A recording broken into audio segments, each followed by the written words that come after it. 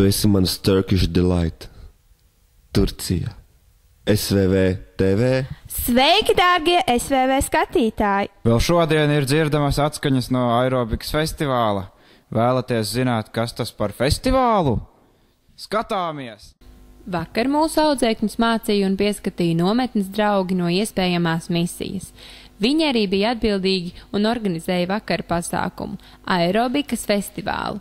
Vēl īsi pirms uzstāšanās jaunieši ievingrināja muskuļus, kārtīgi izstaipījās un atkārtoja pēdējos dejas soļus.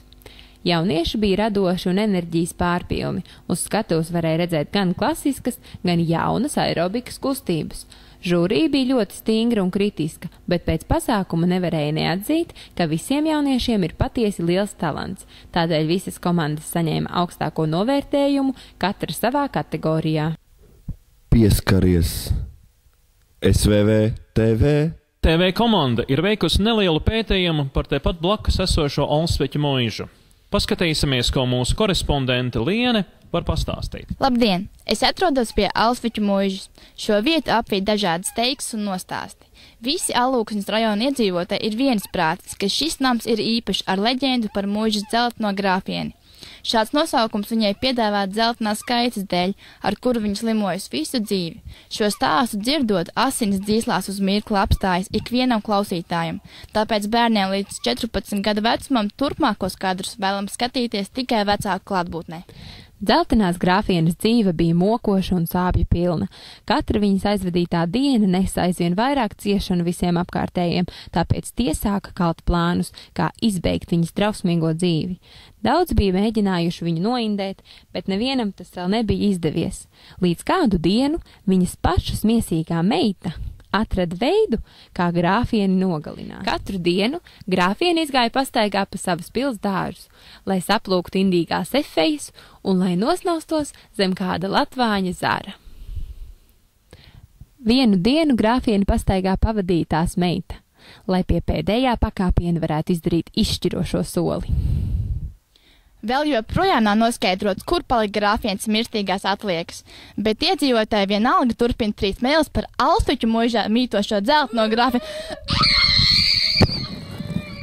Bridu kēdas purviņā, attapos pret koku. SVV TV. Tautas danči ir un būs. Paskatīsimies, kā tie padodas SVV audzēkņiem. Šajā nedēļā visu skolotāju audzinātāju un audzēkņu vidū ir jūtama neliela spriedze, pie tā vainīga gaidāmā viesu diena. Lai sagatavotu vajadzīgos priekšnesumus, visaktīvāk darbojas koris un dejošana. Šodien darbu sāka jaunais deju skolotājs Artūrs, kurš nolēms turpināt Lauras iesākto. Nodarbībās visi audzēkņi kāri tver katru vārdu, lai noskaidrotu, kurā vietā tad īsti viņiem ir jāstāv.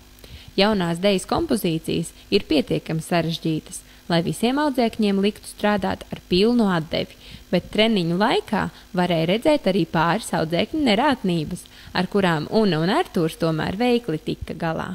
Uz mežu, koku zāģēt. SVV TV. Turpinājumā intervija ar pašu deju skolotāju Artūru. Tad kāda ir jūsu saikne ar tautas dejām? Tautiskās dejas dejoju jau kopš bērndārza ar nelieliem pārtraukumiem, un tas pārtraukums, kurus uztaisīju, bija tieši šogad uz dejas svētkiem. Tāds bišķis neveiksmīgs, bet tā sanāca. Daudz jauniešu vidū ir dzirdēts, ka jūsu seja ir kaut kur redzēta. Kā varat komentēt šīs baumas? Es pirmoreiz kaut ko tādu redzu, domāju, ka mani jauc ar kaut kādu citu. Kādu kompozīciju jūs dejās izmantoja visbiežāk? Kāsīti, sniegpārsliņu vai skuiņu? Kāsīti. Tad jautrāk. Jā. Vai dejas laikā izjūtat kaut ko īpašu? Jā, savu partneri. Visādās, jā. Man pārsvarā dejas saistās ar partneri. Un tad es viņu izjūtu visādi. Un pēdējais jautājums. Ko jūs domājat par Saulgriežu vasaras vidusskolas deju kolektīvu spējām? Man liekas, ka ir potenciāls, ka mēs ar laiku ar Lauru uztaisīt jaunu kolektīvu un es nezinu, varu piedalīties nākamajiem svētkiem. Ruberuīts un Antrisols. SVV TV.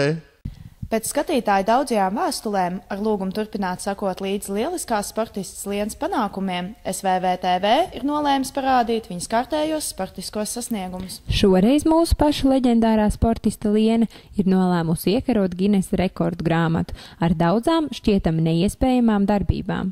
Ja atceraties viņas piedzīvojumus Ziemeļpolā, zinat, ka grūtību priekšā viņa tik viegli nepadodas. Pirmais Lienas rekords ir volejbola serve, vai kā viņa pati to labāk dēvē, labā āķa superserve. Bumbu viņa spēja aizsist vairāk kā 1,5 kilometra attālumā. Savu īsteno spēku viņa pierādīja uzvarot virves vilkšanas sacensībās, kurās viņa sacentās ar 20 labākajiem Latvijas spēka vīriem. Līdzsvaru izjūta parādījās viņas rekordā par ilgāko stāvēšanu uz rokām, kurš šķiet netiks pārspēts vēl nākamos pārdesmit gadus. Savu veiklību un precizitāti viņai pierādīt bija visvieglāk, ar vienu rokas vēzienu nosist 15 odus un ar savu aso redzi trāpīt visparastāko dakšiņu ābolā, kas novietots uz 20 metru attālumā esošās meitenes galvas. Pēdējo rekordu viņa ieguva piedaloties Greenpeace akcijā par tropu mežu saglabāšanu Dienvidamerikā. Šīs akcijas laikā viņa gadu pavadīja dzīvojot, guļot un ēdot kokā. Man nav kauns. SVV-TV